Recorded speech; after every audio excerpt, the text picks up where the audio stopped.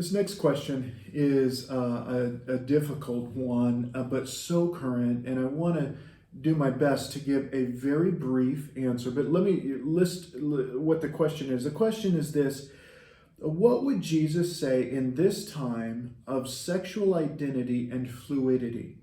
And what is the church's role, especially for those struggling with their faith and their identity? There are many facets to this, and in fact, this could be a series of this Q&A, this question and answer. So let me try and give a general answer that I hope will set us in the right direction as we think about this. In our world today, there is a lot of question, a lot of different thoughts on both sexual identity in the area of preferences, whether that be homosexual or straight, traditional type of relationship, or some kind of mix of that. So there's a lot of sexual preference type of identity in that. Who do they identify with as far as their the ones that they're connected to and wanting to connect to. There's also this idea that can be very fluid in preferences. And in addition to that, we also have I think it's a newer, although it's not brand new, it's been around probably for many, many years, generations, a much more openness to talk about gender fluidity and gender identity. This question, I would guess, it maybe encompasses both of those. What are we to think of the things that we hear about that? What would Jesus say to our generation about these issues and struggles of identity and fluidity in these things, whether it be sexual preference or gender identity? What is the church's role in that? And I think there is something that we see happening if we were to look at Jesus' life. I don't know that he addressed this particular issue straight on. Didn't seem to be a question in the culture at the time he was living. But we see something in the way that he dealt with people that I believe could be helpful to us in this. And that is that there were people in his generation who had very clear-cut ideas of what was right and what was wrong.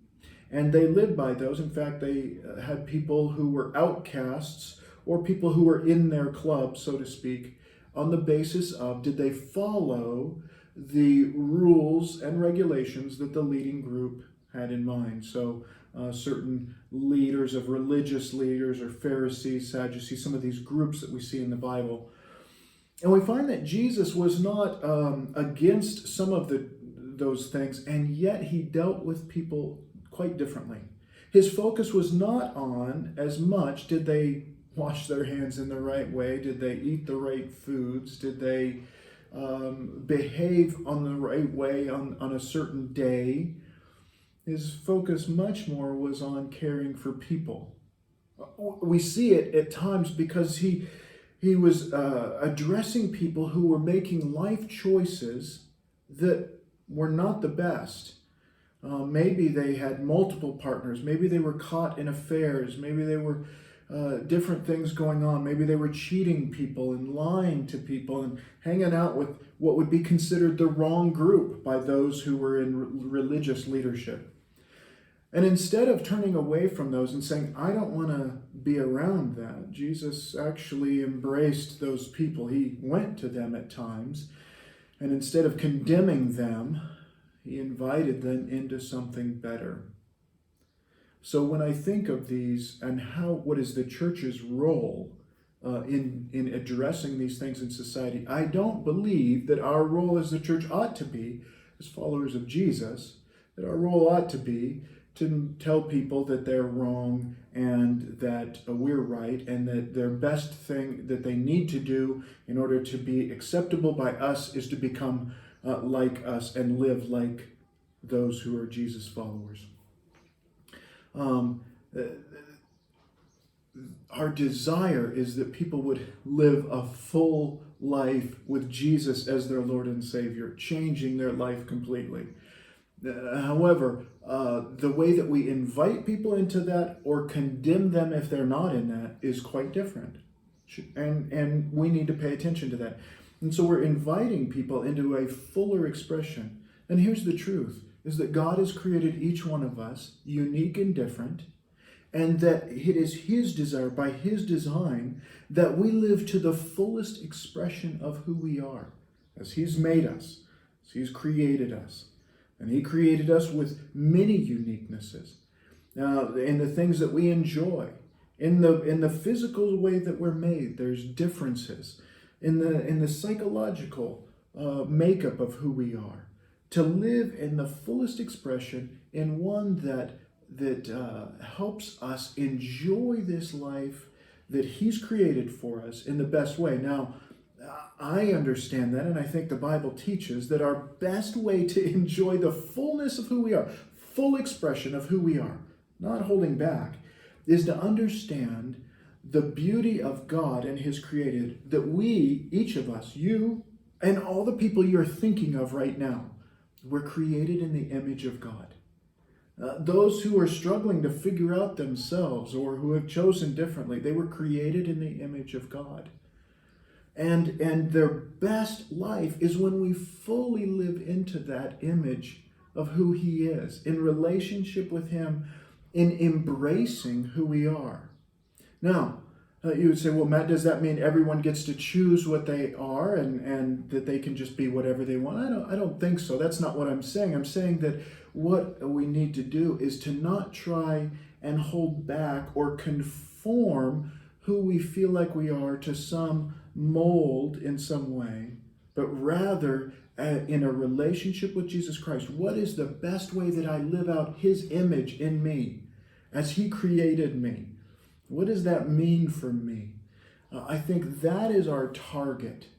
And some of these questions along the way will be answered as we are living toward the full image of who God is. You say, well, what about Matt? What about those people who aren't trying to follow God?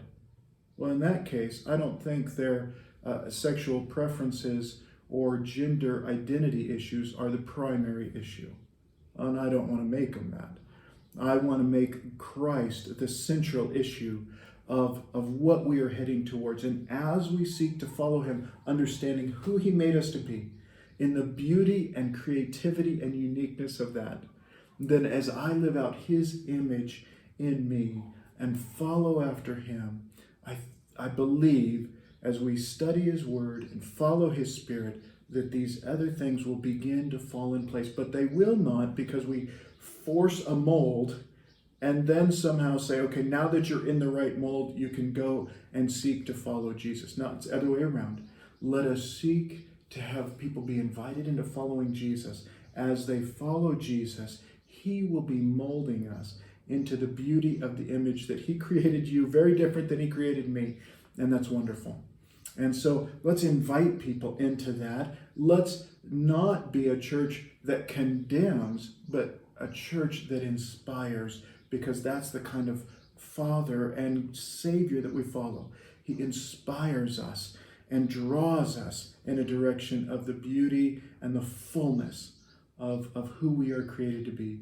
And maybe for those who aren't even dealing with these kinds of issues, maybe that's a good word, that we would live in the fullness. Don't worry about some mold or that I don't look like that person or act like that, but follow Jesus as He has created you and as He created me. And that's going to be a part of the beauty of reflecting His image in us, His likeness that we were created in. Embrace that. And we'll all be better as we focus in on Him and in that.